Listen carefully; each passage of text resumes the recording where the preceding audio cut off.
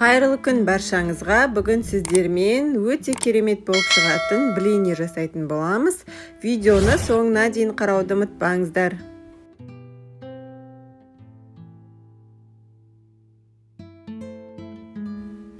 Үш жұмыртқаға тұзымызды және қантымызды салып жақсылап араластырамыз.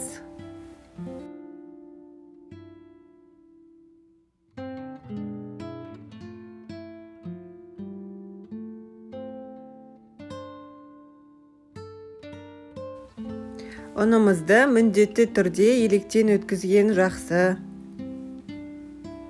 Жақсылап араластырып, оның үстіне сүтімізді құйып, және де үнемі араластырып тұрамыз.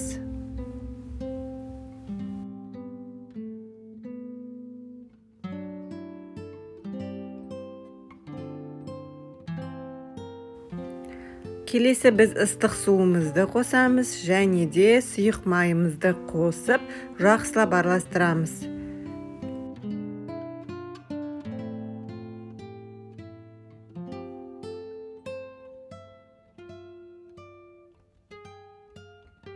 Орташа отта пісіреміз.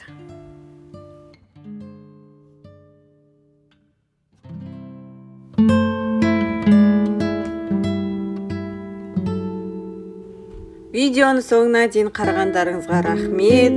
Аман болыңыздар, және де менің каналыма тіркелуді ұмытпаңыздар.